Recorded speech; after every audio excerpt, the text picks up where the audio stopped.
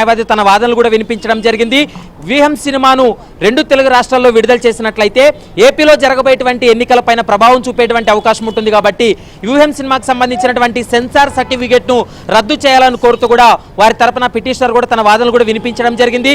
మరోవైపు కేవలం 3 వ్యక్తుల్ని అంటే చంద్రబాబు, లోకేష్, పవన్ కళ్యాణ్ను టార్గెట్గా చేసుకొని ఈ సినిమాను రూపొందించారు కాబట్టి ఈ పరిస్థితుల్లో సినిమాను రిలీజ్ చేసినట్లయితే అక్కడ ఎన్నికలపై ప్రభావం చూపుతుంది కాబట్టి వెంటనే సెన్సార్ సర్టిఫికేట్ను రద్దు చేయాలంటూ కూడా మరొక అంశాన్ని కోర్టు దృష్టికి కూడా తీసుకెళ్లడం జరిగింది.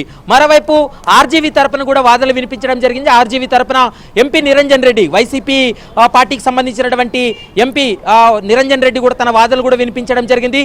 గతంలో సైరా నరసింహారెడ్డికి సంబంధించినటువంటి సినిమాపై కూడా అప్పుడు కూడా ఇలాంటి అభ్యంతరాలు వచ్చినటువంటి సమయంలో తెలంగాణ హైకోర్టు స్పష్టమైనటువంటి ఆదేశాలు ఇచ్చింది కాబట్టి ఈ సినిమాకు ఏదైనా కూడా అభ్యంతరాలు ఉన్నట్లయితే, ఒకవేళ వారిని వ్యక్తిగతంగా కించపరిచేలా సినిమాలు ఉన్నట్లయితే మీరు వెళ్ళి ఖచ్చితంగా పరువు నష్ట దావా కేసులు వేసుకోవచ్చు అంటూ కూడా ఒక అంశాన్ని కోర్టు దృష్టికి కూడా తీసుకురావడం జరిగింది.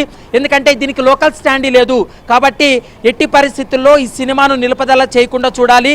ఎందుకంటే సినిమాలో ప్రకటించేటువంటి అంశాలు ఏవైతే ఉన్నాయో వాటన్నిటిని కూడా వాళ్ళకు రాజ్యాంగబద్ధంగా వాళ్ళు నిర్మాణం చేశారు కాబట్టి వాటికి సంబంధించే పూర్తి స్థాయిలో విడుదలకు అనుమతి ఇవ్వాలంటూ కూడా ఒక అంశాన్ని కూడా స్పష్టంగా చెప్పడం జరిగింది.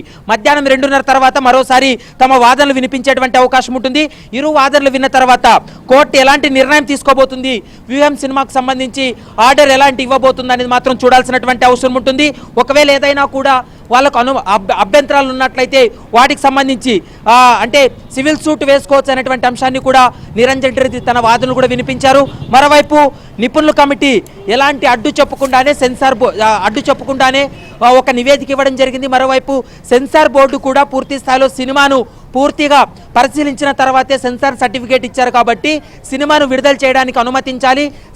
సెన్సార్ బోర్డు ఇచ్చినటువంటి ముఖ్యంగా ఏదైతే సెన్సార్ బోర్డు ఇచ్చినటువంటి సర్టిఫికేట్ ఉందో దాన్ని ఆమోదం తెలపాలనేటువంటి అంశాన్ని కూడా చెప్పడం జరిగింది. కాబట్టి మధ్యాహ్నం 2:30 తర్వాత మరోసారి నిరంజన్ రెడ్డి తన వాదనలు వినిపించిన తర్వాత ఇరు వాదనలు విన్న తర్వాత మెరిట్స్ ఆధారంగా చేసుకొని ఈరోజు 4 గంటలకు తెలంగాణ హైకోర్టు తీర్పును వెల్లడించేటువంటి అవకాశం అయితే కనపడుతుంది. శంకరి.